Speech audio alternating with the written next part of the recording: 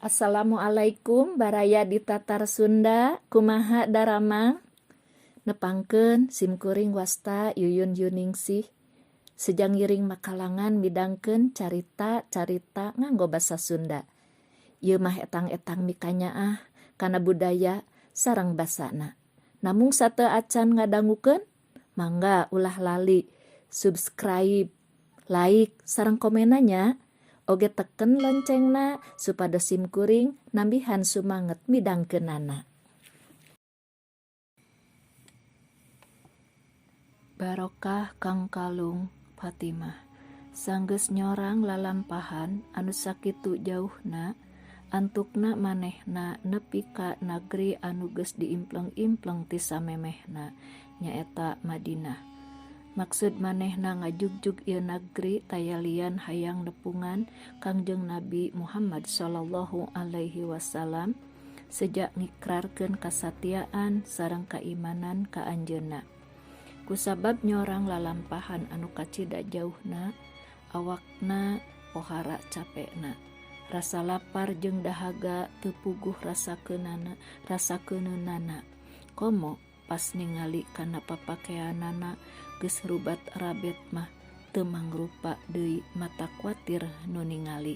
Tapi sok sanajan kitu ari hatena mah kacida bungangangna atoh lantaran bakal panggih jeung jalma anu paling dipikasono ku manehna.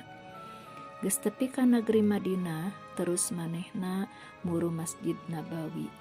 Kalaresan Kangjeng Nabi Muhammad sallallahu alaihi wasallam nuju aya janji tiasa tepang sareng anjeunna oge ngikrarkeun kaimananana kana ajaran anu dicanda ku anjeunna nyaeta agama Islam.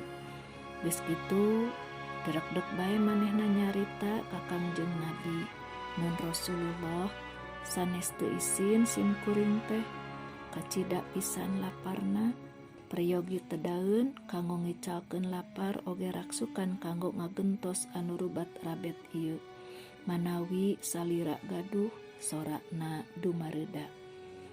Duh hanyakal pisan dikula keur teu aya naon-naon saur Kangjeng Nabi bangun watir jeung handeueul sabab teu tiasa masihan anu dibutuhkeun ku kisemah tadi. Cobi geura angkat karo rompok pun anak Fatimah manawi aya anu tiasa dipasihkeun ka anjeun. Lajeng Kangjeng Nabi miwarang sahabat Bilal bin Rabah supaya ngajajabkeun kisemah muhajir eta ka bumi Fatimah. Barang tepi payeuneun bumina teras manehna uluk salam. Fatimah ti lebet bumi norojol bari ngawalar salam waalaikumsalam kalayan someah tataros ka eta tamu saha ti mana sareng naon pamaksa dan datang ka bumina. Simkuring dongkap ti nagri anu tebih ti Madinah maksad nepangan tuang rama seja iman ka anjeunna. Namung ayeuna simkuring priyogi tedaeun pikeun ngicalkeun lapar sang raksukan kanggo ngagentos baju anu parantos rubat rabet ieu manawi kagungan bade nyungkeun we sanes teu isin. Ieu oge panuduhan ti tuang rama ceuk kisemah bari sanduk-sanduk ngeda dihampura ka Fatimah. Muping kitu Fatimah luak lieu ka jero imah sugan we aya barang anu pantes dipasikeun. Horeng teu aya barang-barang di bumina nu aya hargaan pon kitu deui tuangeun can sadia keur dikeuneun. Aya oge baju istri tapi da semah mah butuhna baju keur lalaki. Terus anjeunna rurat reret deui pas ningali kana amparan kulit paragi Hasan sareng Husein kulem. Teu pikir panjang terus wae eta amparan tina kulit teh digulungkeun dipasihkeun ka kisemah. Ku kisemah ditarima kalayan nganuhunkeun bari pokna teh salaresna mah danget ayeuna simkuring teh priyogi pisan tedaeun sabab ieu awak tos karasa leuleus lang layeuskeun tos sababaraha dinten teu kararaban tedaeun. Fatimah ngahulang sakedapan ngadangu caritaan kisemah kitu hatena ngarakacak bari ngemut naon ya anu tiasa dipasihkeun pikeun nulungan keur nu butuh teu kahaja pananganana ngarampa kana dadana geuning aya Kang Kalung hadiah pernikahan sareng Ali bin Abi Thalib ti putri pamana. Lajeng wae gancang eta Kang Kalung teh dilaan dipasihkeun ka kisemah teh. Sanes teu lebar, sanes teu emut kana kenangan eta Kang Kalung. Sabab bisa wae keur dirina eta Kang Kalung teh ngan sakadar papaes jeung kenangan, tapi pikeun jalma anu aya di hareupeun ayeuna estu bisa jadi panyambung nyawana. Sok we candak ieu Kang Kalung bisi bade diical kanggo nyumponan kaperluan anjeun, mudah-mudahan we pangaosna cekap saur Fatimah. Sanggeus nampa eta kongkorong kisemah nganuhunkeun kana kaikhlasan Fatimah, teras yang nepungan deui Kangjeng Nabi anu sarta bade wawartos yen anjeunna geus dipaparin Kang Kalung ku putrina oge supaya diwidian pikeun diical. Kangjeng Nabi Muhammad sallallahu alaihi wasallam satujun eta Kang Kalung rek diical. Tas kitu salah seorang sahabat anu namina Ammar bin Yasir nyarita, "Nuhun Rasulullah, kumaha upami eta Kang Kalung kusim kuring dipeser?" "Nyapek wae rek dipeser mah Ammar," saur Kangjeng Nabi Muhammad sallallahu alaihi wasallam.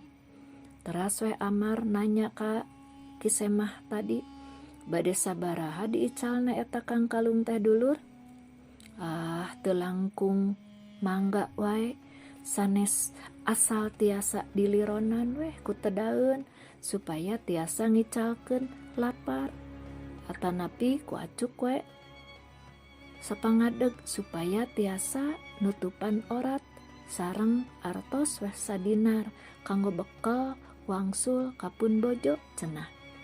Ammar nyarita deui, nyakeun kusim kuring dipeser kalayan harga 20 dinar ditambah 200 dirham ditambah baju sapangadeg jeung hiji onta keur kandaraan pikeun anjeun mulang.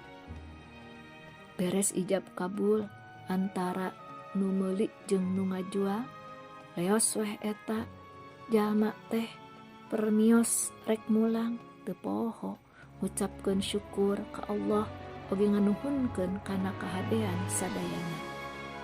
Ammar bin Yasir oge sarua mulang bari mawa kongkorong, terus manehna manggihan budak sahayana anu ngaranna Asam. Bari pok nyarita, "Yeuh Asam, geura indit ayeuna tepungan Kangjeng Nabi, pasihkeun ieu kongkorong ka anjeunna minangka hadiah ti Ammar. Oge kami ngahadiahkeun anjeun. Jadi ayeuna mah anjeun teh lain hamba kami deui, tapi jadi hamba sahayana Kangjeng Nabi." Ngadenge kitu Asam kacida bungahna. Terus manehna indit ka bumi Rasul sarta anjeunna ayeuna manehna bakal jadi hamba Kangjeng Nabi, nyaeta jalmi anu ku manehna kacida pisan dipika cintana. Nalika Asam tepi ka bumi Kangjeng Nabi, terus manehna ngabejakeun pamaksadan Ammar bin Yasir tadi ka anjeunna. Kangjeng Nabi nampi hadiah eta kalayan hade, teras anjeunna nyarios, "Yeuh Asam, anjeun geus jadi hamba kami, maka kudu nurutnya ka kami. Nya ayeuna anjeun geura indit ka Fatimah, pasihkeun ieu kongkorong minangka hadiah ti kami ti Rasulullah, sarta anjeun ku kami dihadiahkeun ka Fatimah jadi milik Fatimah." Kitu saur Kangjeng Nabi Muhammad ka Asam tadi. Leos we Asam mios ka bumi Fatimah bade ngadugikeun pesen ti Kangjeng Nabi tadi. Fatimah barang nguping cacarios Asam teu kinten bingaheunana, nampi hadiah tinu janten Rama anu mangrupi Kang Kalung jeung saurang hamba sahaya. Anjeunna ngucapkeun syukur alhamdulillah ka Allah Subhanahu wa taala sabab Kang Kalungna ayeuna geus ngulang deui, geus jadi milik anjeunna katamah ku saurang hamba. Padahal basa masihkeun eta Kang Kalung ka kisemah hatena bener-bener ikhlas, hoyong nulung kanu butuh, nulung kanu susah. Lajeng anjeunna nya sasauran, "Asam, cik maneh geura miang sabab anjeun geus dibebaskeun ku kami kalawan ikhlas lillahi ta'ala. Ayeuna anjeun geus jadi jalma bebas merdeka." Ngadenge kitu teu kira-kira Asam atoheunana manehna seuri ngabarakatak. Saur Fatimah, "Kunaon maneh Asam bet seuri ngabarakatak kitu?" Asam ngajawab, "Abdi seuri kulantaran kacida bingahna. Teu bade bingah kumaha, abdi ngaraos helok ku silsilah ieu Kang Kalung.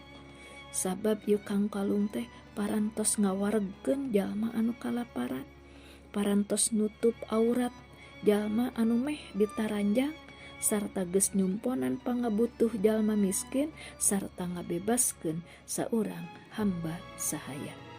Kitu saur Asam ka Siti Fatimah. Baraya sadayana anu sami-sami parantos ngadangukeun kisah anu nembe, kisah tarikh kapungkur zaman Nabi sareng para sahabatna.